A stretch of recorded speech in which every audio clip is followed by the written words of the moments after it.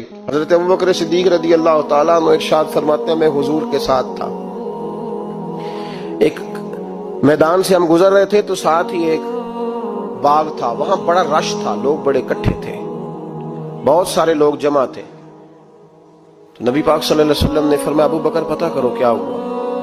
जनाब सिद्दीक अकबर रज़ी अल्लाह ताला अन्हु तशरीफ लाए और वापस जाके अर्ज करने लगे, या रसूल अल्लाह सल्लल्लाहु ताला अलैहि वसल्लम, एक ऊंट पागल हो गया, लोगों को काट रहा है, लोग उसको गिरफ्तार करने की कोशिश कर रहे हैं, किसी के हाथ में डंडा है, किसी के हाथ में रस्सा है, किसी के हाथ में नेजा है, काबू नहीं आ रहा।